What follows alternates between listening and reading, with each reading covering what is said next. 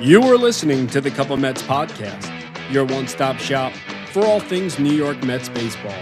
Remember to give us a follow on Instagram, YouTube, and X. We are at Cup of Mets. Subscribe to the podcast, whether it be on Spotify, Apple, or wherever you get your favorite podcasts. And last but not least, download the SeatGeek app and use code Cup of Mets at first purchase to get $20 off. Now, your hosts, Ian Bosniak and Matthew DeSantis. Episode 15. How we doing, brother? Not too bad. We don't have that fires from Canada anymore. That's all gone, and Mets are back to losing ball games. So it's what summer's all about. Yeah. Yeah, dude. Well, I didn't really experience the fire so much, the smoke. Obviously the Mets did, right? With the games in Philly for a little bit right after the All-Star break. But I heard it was pretty messed up in the city, and then in New Jersey and Philadelphia, and obviously up and down the Northeast. So, I'm glad that's kind of over with. I know that Trump was gonna tariff them a little bit more if they kept on pushing the smoke. So, Yeah. so they got a big dome, and they were able to contain the smoke somehow. Yeah. And then obviously, yeah, the Mets are losing. Go figure, right? They were able to take 2 out of 3 from Philly, out of the All-Star break, and Which it is was always nice. nice to see. Yeah. Yeah, listen, if we're not going to make the playoffs, I'm all for trying to get the best draft pick possible, right? I think you are as well. But if there are teams that we're going to beat, like I would like to beat the Phillies, I would like to beat the Braves, right? And maybe even the Marlins. I mean, the Marlins are losing by themselves right now. I think they've lost 8 or 9 straight. So, Really? yeah, dude, they're struggling Oh, quite a and bit. they were looking real good for a little bit. That they were. That they would. I don't know what their Achilles heel is right now per se, but they're definitely struggling. They're definitely struggling. But I mean, listen, if somebody would have told me this year that the Marlins were going to make the playoffs and not the Mets, I would not have believed them, and I probably would have bet the house. So, if at least if we don't make it, there's not 3 teams from the National League East that make it. I think they're still in line, but looking at the standings have just been so far gone for me, obviously. Yeah. For And me, I'm just like waiting to trade these guys, and every game I watch, I pray that they don't get hurt, because that's just what would happen to us. And I know. I know. I don't know why it's July 22nd and the only person traded was David Peterson. I'm not really too sure. They came out and said that they wanted to, not wait until trade deadline day. What day is that? The 2nd of August? August 3rd. August 3rd. Yeah. Yeah, and that So and that that's report 10 days, not even 10 days. yeah, and that report came out what? Right after we recorded last, correct? Yeah. Or right after the All-Star break? Yep. I mean, listen, there is no reason to hold some of these guys, especially if, outside of if a team gets desperate on deadline day and they can't seem to, collect a piece from another organization. But, I agree with you. Every night or every day when I see, like today, when I see AJ Minter coming in the game, this is a guy that's coming off a torn lat, right? And I'm like, Yeah. obviously it was a close game, definitely a winnable game. If you come out of not saying that we're going to make a run here, but if you're coming out of the All-Star break and you're able to win 2 series against both the Phillies and the Brewers, that's definitely a nice feeling to have. I think that tomorrow, being that they have off, I think something might give. And we were talking before we hopped on here, something's going to come out of right field at some point. And I'm looking at it like I can't exactly remember the day last year, but the first move that the Mets made was acquiring Gregory Soto. And that was in advance of the deadline. So if I was a betting man, which we all know I am, I would bet that either Minter or Rayleigh goes first. But, before we dive into that aspect of things, not a whole lot to talk about on the front. Yesterday, I'm going to start with yesterday, and then we'll get into today's game. Yesterday, I mean, dude, we preached it last episode, but Zac Thornton finally earned his first major league victory. Bro, this kid's a stud. 6 shutout innings, 3 hits allowed, only 1 walk yet again, only struck out 2. And we beat Brandon Sproat, right? The Brewers had beaten Freddie Peralta the night before, so it was nice then Yeah. Nice then to beat Sprout. But the way that Zac Thornton commands the strike zone, his Yeah. tunneling, which I believe that Andy Green mentioned post game, and he even said he's been working on tunneling, right? You want to make sure that where he releases a fastball is the same way he releases the cutter, right? And all of his pitches in general. And he's doing that, dude. 193 ERA over his first four starts. And if you really think about it, A, he's thrown 18 consecutive shutout innings. Hmm. And B, outside of that first inning in Washington in his major league debut, at one point he sat down 8 consecutive national hitters. It was Yeah. one inning. He's been roughed up one inning. Other than that, he's been electric. No, I know he's really, even when I was there a few Sundays ago, like he's looked real good. And you said it, but he throws strikes. So it's real nice to see this. And I hope it continues through the rest of the year. But for right now, it looks like we have some starting pitchers. We need that front line, like, dog. And it's so funny We have because we have that, 2, 3, and 4. yeah, yeah. And it's so funny because that exact like quote that you just said Uh-huh.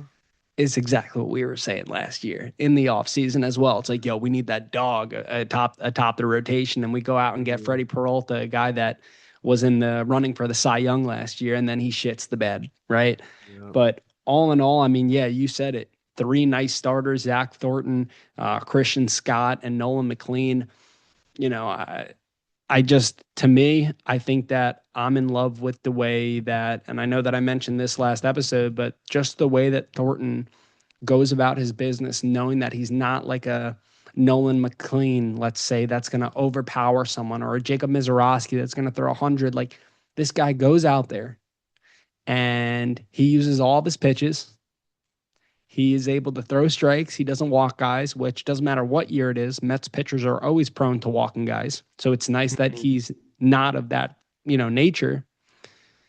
But he kind of reminds me of like a Shane McClanahan with the Tampa Bay Rays. Also a little bit of Steven Matz in him without the high velo, but just I just can't say enough about the kid. And something that Andy Green pointed out last night that I think is so important is that, I don't know if you remember 2014, the year that Jacob DeGrom came up, took the league by storm and ended up winning the rookie of the year. His first 3 or 4 starts were incredible, maybe 5, 6, 7. And then he hit a little bit of a rough patch. And there was one game in Texas where I think he gave up 8 earned runs or something like that. And there's a video of Terry Collins going over and talking to DeGrom in the dugout and having his arm around him because that was the first time DeGrom faced like, adversity, getting hit hard at the big league level. And DeGrom bounced back. And obviously we know what he became. Something that Andy Green pointed out last night was, and I thought that this was a great point. Listen, even the best of the best, every single pitcher, doesn't matter who you are, they get knocked around at some point. Yeah. And what Andy Green is really looking forward to seeing is how he responds to getting knocked because Thornton's mental game is A1 and you could see it.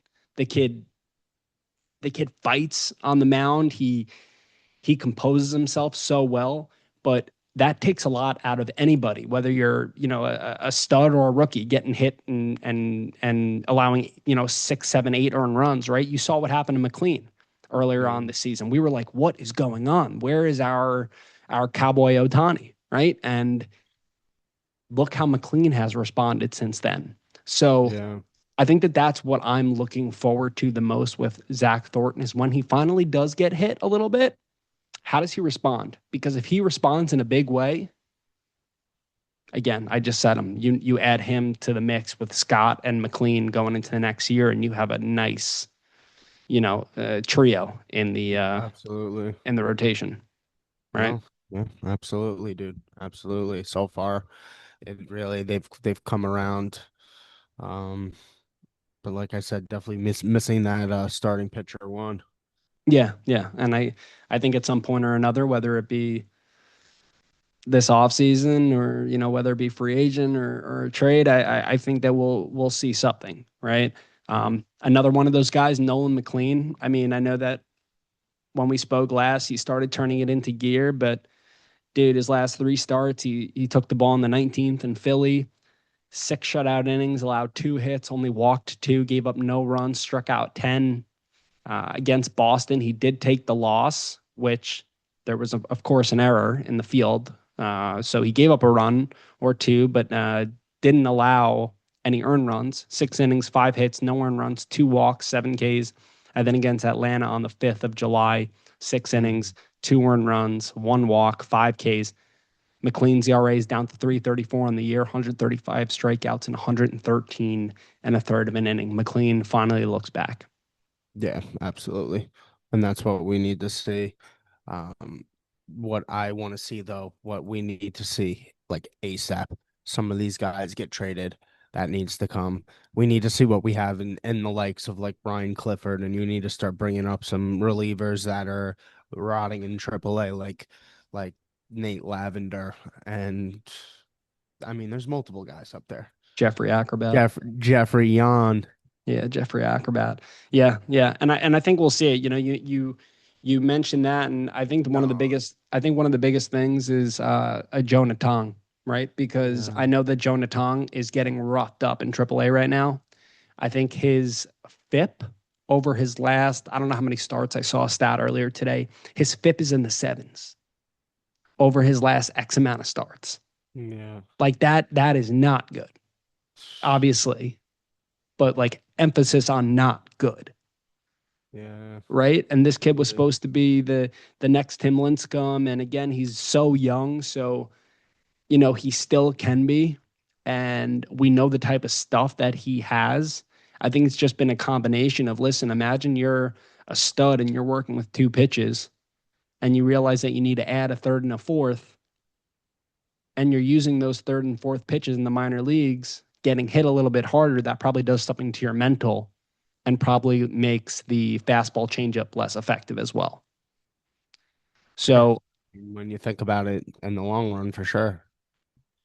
so I mean, to me, there are definitely, I mean, right now, obviously, Shaman is in the rotation as well. That joins the four that the Mets currently have, as well as Freddie Peralta, who we all know will get traded. But I think that when those two go, I think it's very, very well, not those two. When Freddie Peralta goes, I think it's very important to bring Jonathan up Yeah. and let him finish the season working out his kinks at the major league level and see what you have in him, right? Because if there are so many players who, for some reason, one way or another, they get roughed up in the minors and then they come up to the majors and they're a different player, right? And obviously, we know again that Tong has been tangoing with some other things within his repertoire, and maybe that's contributing to it.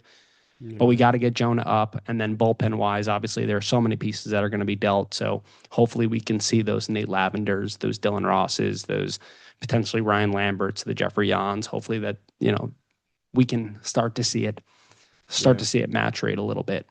But again, good things on those two kids that are going to be in the rotation 2027 and beyond, and in Zac Thornton and Nolan McLean. Another one, Christian Scott. He didn't have his A1 stuff today. Yeah. Um, he only went 3 2/3. Definitely threw more pitches than he wanted to. Allowed four hits, only three earned runs, three walks, six strikeouts, and that was coming off a shutout performance against Philly in Philly. But again, 3.13 ERA on the season for him in Brett 14 Beatty didn't help starts. him in right field with that Yep, yep, terrible yep. So let's thing. talk. Yep. So that's what I wanted to talk about before we dive into Mr. Peralta's homecoming in Milwaukee. So obviously Christian Scott probably would have went four, probably would have went five, even with Brett Beatty's mistake out in right field. He didn't have his A1 stuff, and we know this. Yeah. But how on earth, and we've been saying it all year, so it is what it is at this point on July 22nd. But how on earth do you preach run prevention and you have Brett Beatty starting in right field? Dude, he I have looked no like idea, dude. he I have looked no like idea. He looked like the last man on my bench on the JV team that I just throw in the outfield. Dude, I have no idea who's coming up with these lineups, but putting him in right field is the dumbest thing I've ever seen. Like, that's And I, why these guys need to get traded so you can bring up the likes of Morabito. and the thing is, it's like Tyrone Taylor has handled his own against both right and left-handed pitching this year, right? Yeah. Logan Henderson, right? That's his name. Logan Henderson started for the Brewers. But why do you need to have Brett Beatty in the lineup? Yes, I understand he hit a home run later on in the game, but that doesn't negate the 2 runs that scored on what would have been an out. And it's just mind-boggling to me because then later on in the game, and listen, I appreciate Andy Green trying to get the win, but you ended up in later on in the game where Tyrone Taylor pinch hit for Jared Young against a lefty. I think it was Aaron Ashby. And then Luis Torrens ended up playing first base. Luis Torrens.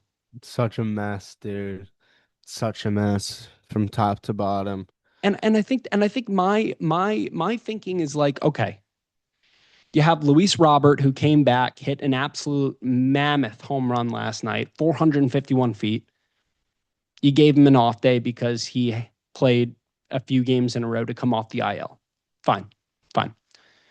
You want to give Juan Soto today off because he had the little, I'm not going to say scare, but just like a little flare up in the calf, and he's played X amount of days in a row.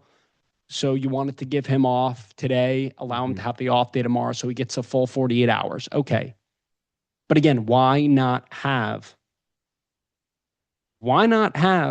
Tyrone Taylor in right field? And not only that, you had Jorge Polanco DHing, who has looked absolutely miserable. Okay. And I understand that Polanco is getting paid $20 million a year. He really did not have a start to the season because he got hurt. So I understand you want him to get his ABs, but he's been running the bases, right? And there's been no flare ups of that Achilles. So why not have him play first base, have Taylor and right, or you could even make an argument that Jared Young would be better in the outfield than Brett Beatty, and then have whoever else DH, right? It's like that's the type of thing that makes no sense to me. Yeah, I mean, but that's what we've been saying all year long. Like, none of it has made sense. So, honestly, like, that's And again, why I don't the and again, dominoes need to start falling. I know, and again, I don't care about losing today. Like Neither do I. it's just the way that they lose. It's the way that they lose. That's the issue here, right? Because then they ended up scoring a third run in the ninth inning. They end up losing 4-3. And they would have won the game if Brett Beatty was not out in right field. And again, Brett Beatty's hitting the ball better. I'm happy for him. That's great. But enough's enough with this mini wave of young, Vientos, Mauricio, Beatty. Enough. The only one that I want to see remain is Francisco Alvarez. That's it. Other than that, enough. Okay. So that was today. And just before we get into, some trade rumors and what's going on, as far as the Mets approach as we head towards August 3rd.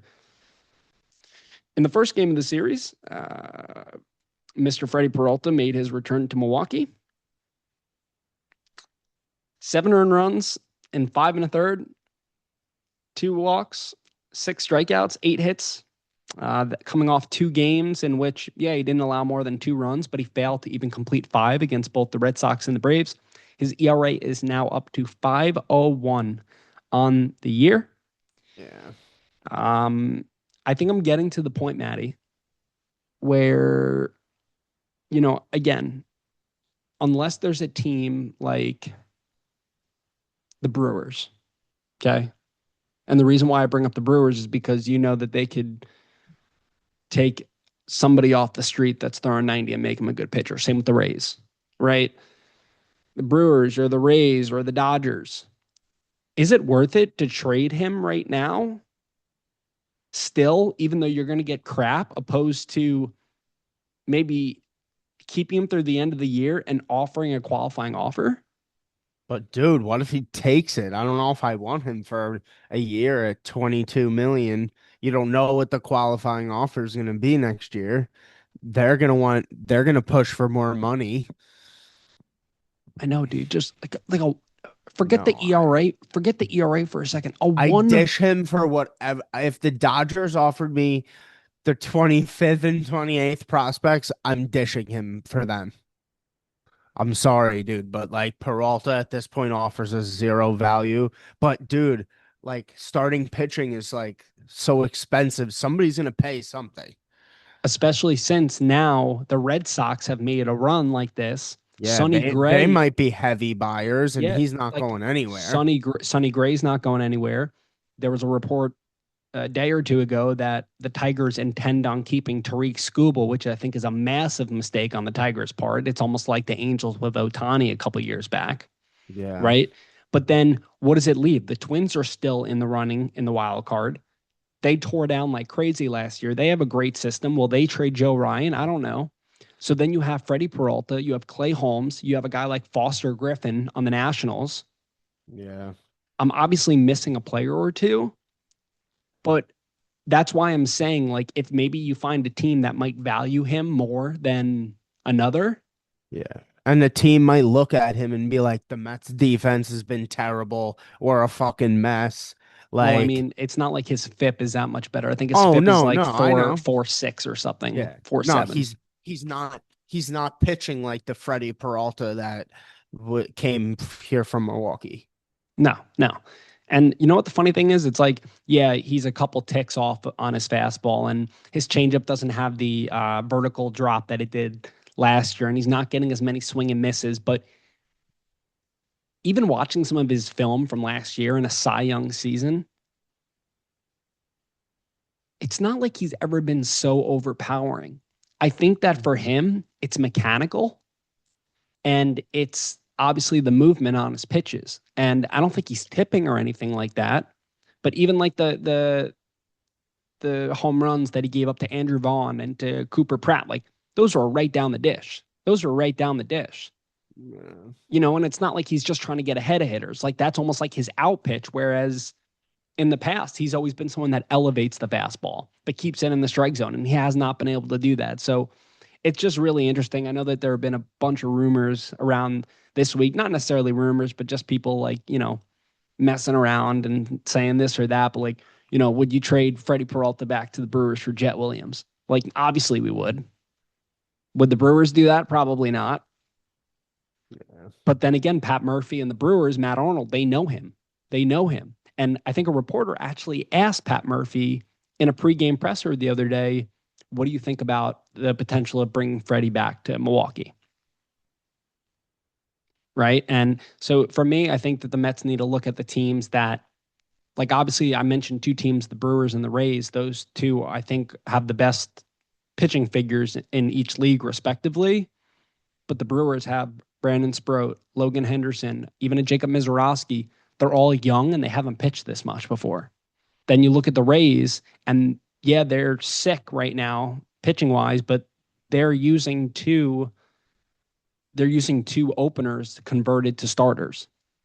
So again, it remains to be seen. I mean, I could see the Freddie Peralta situation dragging out through another start, right? Like I do predict over the next 48 to 72 hours the Mets will make some sort of trade, Yeah. but I could see the Freddie Peralta thing dragging on to at least allow him to make another start.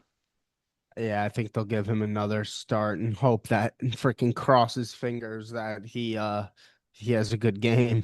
Yeah, it's going to be against the Dodgers, so good luck. Oh, they're gonna shell him then. They're going to tee off. Yeah, Or Max Muncy or I mean, you never know, man. Somebody might call and they want him and Raleigh packaged together, or vice him and Brazabon. I would slap him on somebody else to try and get a bigger return. yeah. Well, I mean, one team that I would when you say like slapping a player together, one team that I would like consider is the Diamondbacks because the Diamondbacks are playing a lot better as of recent. Yeah, they have a They're good four system. games, they're 4 games over. They need bullpen help big time. Yeah. They only have one lefty in their bullpen, so they could conceivably get a Rayleigh or a Minter and then throw Freddie Peralta, not like he's a toss in, but really the only pitcher that's really pitching well is Eduardo Rodriguez, Yeah. right? Zach Gallen's hurt. Ryan Nelson is hurt. Mike Soroka is hurt. Corbin Burns is hurt, right? Like, so there's just so many different teams that are in the market for starting pitching, but it's just like at this point, what are we going to value him at and what are other teams valuing him at? And I agree with you, right? God forbid he accepts a 1 year deal and it's like $25 million because typically with players, they may not see the market that they want, but they're coming off a good year. Like so many that end up, accepting a qualifying offer, but he came into this year knowing that he was going to be a free agent after this year. And typically that's when players tick up because they want to get paid the following offseason. Yeah. And he's done the complete opposite.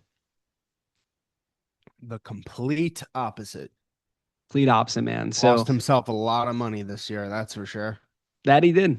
That he did, man. So again, remains to be seen when it comes to Freddie Peralta. But again, I do expect that to at least allow him to make another start or potentially two. I don't know, since we're 10 days away.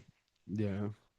One pitcher that is nearing the end of his rehab assignment, somebody who was supposed to pitch, I believe, this past weekend, but the rain got in the way in Brooklyn.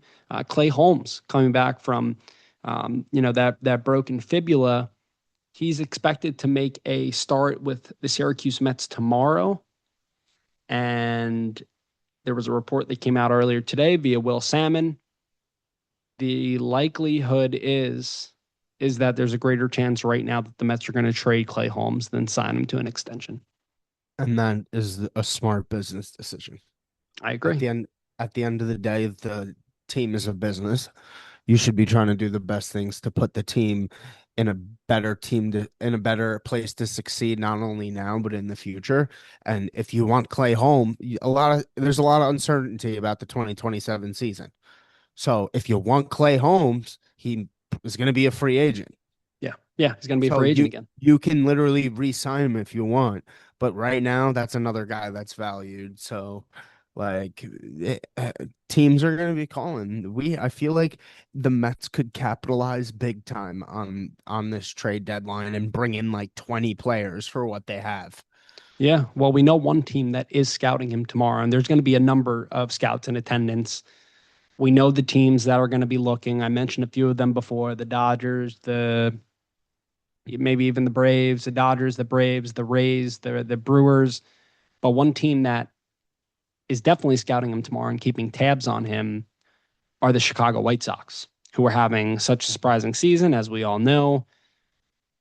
The White Sox, are rumored to really be interested in Clay Holmes, who, again, I know I've said it and I've heard it a number of times this week. Look back to the Shane Bieber trade from last year. The Mets could probably get for Clay Holmes, they could probably get like the White Sox. They could probably get two prospects between 10 and 20 for a guy that hasn't pitched since May. And if you think about last year, Shane Bieber, I think, got traded and still had to make another rehab start or two with Yeah. the Blue Jays. So again, the plan is for Holmes to pitch about 3 innings tomorrow, and then he'll probably need one more rehab start before being activated. But if you think that puts us where? July 28th, right? Mhm. So I could see a scenario where Clay Holmes is traded before Freddie Peralta. Yeah. If teams like what they see tomorrow. That would be great. I hope so. Yeah, I because really do because they need to capitalize. Like they traded a lot last deadline, and they need with the recent graduates of like Benj and like McLean and Ewing, like they need to beef up their system with younger talent. yeah, Because I not agree. only can younger talent help your system, it just helps you if you want to make a trade in the winter. Yep, 100%, 100%. And You know what? I think what you just said, like if you want Clay Holmes next year, you can go and sign him in the offseason. But I Yeah. think a few things are true at the same time. Yeah, there's mutual interest between the Holmes camp and the Mets in an extension. But starting pitchers are getting paid out the wahoo right now. You don't know if you're looking at 16 million a year or $20 million a year. And then you're putting more money towards the tax of next year. We don't know what's going to happen next year. Yeah. We're going to graduate Zac Thornton, right? Jonathan Santucci is right around the corner as well, not here in 2026, but next year. So it's important that you capitalize. And I think, as you just said, however many prospects you can get in the entirety of this trade deadline, it's important. And the Hmm. more talent, the better. Just accumulate. And it kind of goes back to the first report that we heard saying that the Mets are not targeting a specific area of the team. They just want to recoup, farm talent. And that's what they should be doing. Yeah. Bottom line. And again, I think I said it last episode. It speaks volumes that Holmes has succeeded as a starter and here in Queens and in New York in general. So in that, I Yeah. would try to sign him over the offseason, but trade him right now. Get what you can Trade right him now. now. There's not that many starting pitchers on this market. Like, Yeah, take advantage. Take advantage. honestly, take advantage, replenish the system, bring in some guys that could help us in the future. Yeah, So yeah. hopefully And by the next time we talk, it's because we're discussing a trade that just went down. yeah, and you know what? The other thing too is I think with the core that we're establishing, right? A Soto, a Benj, a Ewing. Lindor's not getting dealt, so let's throw Lindor in there. Francisco Alvarez is not getting dealt either, and I think he is a part of it. The core, I do. Throw Alvarez in there. I don't think Bichette's getting traded either. Throw Bichette in there. That's a good nucleus. They need to figure out the pieces around. Then you look at the rotation, and you have a solid three. Yeah, we're going to be decimated in the bullpen, but the Mets can come back and compete in 2027. It's about getting the pieces that will help them both like next year, 2028, and even like a international player that's 2030, 2031, because that's how you're going to keep this train running, right? For sure. Um, so I guess one other thing is I mentioned before that Luis Robert hit a mammoth of a home run last night, and reports are brewing per Will Salmon and Ken Rosenthal that there are multiple teams that have preliminary interest in Luis Robert. So this is, I think, an area where the Mets would have to send over maybe like $5-6 million. And I know that they don't want to do the similar type of stuff that they had to do in 2023. Hmm. But I think that getting a player within a team's top 30 is Yeah. important because right now, if you look at it, the logjam that the Mets have at, I'm going to say DH, because the outfield is set. The outfield's set. The Mets are going to decline his option anyway. Yeah. So why not take what he did last night, have him play another couple games, hopefully he gets a couple knocks.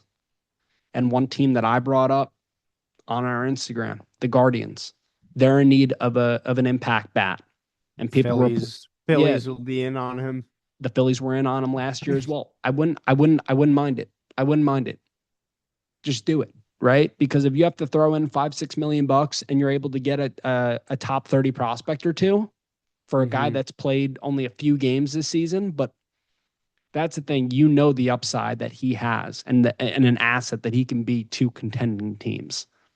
And I think that that's why it's like for the last couple of days, it's like, sure, guys like Ewing and Benj haven't played as much in previous seasons as they have this year because in Major League Baseball, the consecutive days, the 162 game grind. So yeah, you want to give them a blow every once in a while, but you can't be compromising playing time for them for Luis Robert. And 100%. Yeah. and you have Juan Soto who's dealing with an iffy calf. You want to make sure that he remains healthy. You're going to play him in left field. You're also going to DH him a little bit. You have a guy in Jorge Polanco who's Achilles may rupture at any point, but he's Yeah. obviously seeing more DH time than anything, and he's under contract for next year. I would like to get even a 60% productivity type of Jorge Polanco in 2027 than we've gotten this year because he looks like a absolute disaster. Um, but I just think it's important that at least like one guy maybe is removed from that equation, Yeah. right? Offensively speaking, and then if you go ahead and you trade a Brett Beatty, right? Since the last time we spoke, they didn't mention the team, but Ken Rosenthal reported, and Will Salmon did as well. They both reported that there is a contending team or two that has shown interest in Brett Beatty. Do it, It'll be do it, interesting. because here's the thing with Brett Beatty, right? Like, imagine if you can get a controllable reliever for him,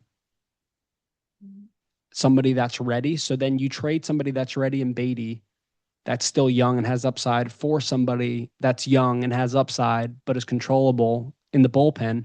We trade all these pieces in the bullpen. We're able to bring one back that you can throw at Citi Field right now, Yeah. right? And I think something else that has to be considered is like when you're looking at the 40 man next year, guys like Vientos and Beatty, I really do think that some of them, even a Mauricio, I really do think that they're non-tender um, Yeah. potentials. Like I really do think there's a potential of that because how much longer are you going to let them clog up roster spots? 100%. 100%. Right? So if you can get something for them now, just do it. Just do it. We don't have to tear everything down, but trade the pieces that make sense. Trade a Exactly. Holmes, trade a Peralta, trade a Robert, trade a Beatty, a Weaver, a Rayleigh, a Minter, and Yeah. then let's regroup. We got to see something happen soon. 24, 48 hours. They need to make a move. Yep.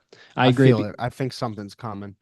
I do too, because you're hearing that a lot of teams are expressing interest in Wandy Peralta with the Padres, and he's a lefty.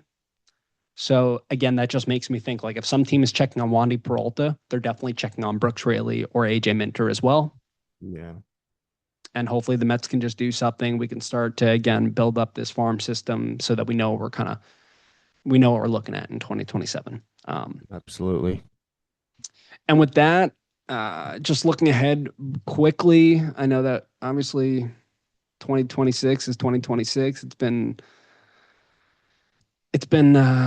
quite a ride, right? But the season's still going, and I thought it was so funny the other night. I don't know if you caught it. I know you've been busy, but Gary Cohen said, "Well, Keith, there's 10 weeks left of the regular season beginning tonight." And Keith goes, "That many?"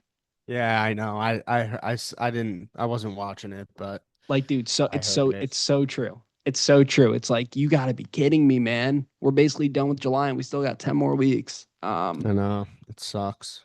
Yeah, but again, just looking ahead, the Mets have off tomorrow. Then they begin a either 9 or 10 games. Fangraphs is only showing me 6, 8. The first 8 games. The Mets begin a homestand with the Dodgers, Braves, and Marlins coming in. Um, Beginning with the Dodgers, it'll be Sean Manaea taking on Roki Sasaki. On Saturday, it'll be Nolan McLean. This is quite a pitching matchup. Nolan McLean taking on Yoshinobu Yamamoto. And then on Sunday, it'll be Freddie Peralta taking on Emmett Sheehan. And hopefully, Freddie can just give you 5 or 6 shutout or 1 run ball so that the Mets can get something for him. And then the Braves come into town Monday through Wednesday. It'll be Christian Scott taking on Martin Perez. That's why the Braves could really use pitching. Yeah. Tuesday, it'll be Zac Thornton, who, why did he erase the H? Is that like up to the Zacs? I have no idea, dude. Like he was just like, yeah, I'm going to drop the H. Yeah, Like, I'm gonna drop the H. unless he, I I don't know. mean, dude, the other day I was like, Peter Alonso. How weird does that sound? Well, yeah. Peter Alonso. Well, yeah. Peter Alonso, Pete Alonso, but then he's going by Peter now? No, that's what No. he was but That's what he going was by. when the Mets drafted Yeah, him. yeah, Florida. yeah, Yeah. yeah. Yeah. But like Zach, it's the same thing. No, but even when he started with like when he came up on the big league squad. He was Peter Alonso. It took like a few months from what I believe, from what I remember. Well, He started ripping bombs and he's like, just call me Pete. well, yeah. I mean, again, there's a difference there though, because it's like Yeah. Zach. You could spell it ZACZACK, right? He was an H guy, and then he just drops the H. It's like goodbye. It's almost like a maiden name. It's like you're never gonna see it again. That's I found that interesting. But anyway, yeah, Tuesday, Zac Thornton taking on Chris Sale. And then on Wednesday in the finale, it'll be Sean Manaea taking on Grant Holmes. And then Uh, we won't dive into the Marlins series because that'll take us into August. And yeah, I think from here, right? It's the 22nd of July. I would say that you'll hear from us one more time this month, especially if a trade happens, and then we'll come to you on August 3rd, the trade deadline, to bring all the latest, and hopefully the Mets make some smart moves. With that, Maddie, you got anything else for us? no, just like following up, like you said. Hopefully, we make smart moves. That's the only thing I'm worried about. But Well, if it's any just con, if gotta it, add some prospects. yeah, listen, if it's any consolation, I mean, the Mets were supposed to go into a rebuilding mode in 2024 when they traded everyone away in 2023, and they ended up making the NLCS. So I don't Yeah. know. I don't know. We'll see. With that, this episode's in the books. Remember to give us a follow on Instagram, YouTube, and X. We are at Cup of Mets. Subscribe to the podcast, whether it be on Spotify, Apple, or wherever you get your favorite podcasts. And last but not least, download the SeatGeek app, punching code Cup of Mets at first purchase to get $20 off. For Maddie DeSantis, I'm Ian Bosniak. Thank you very much.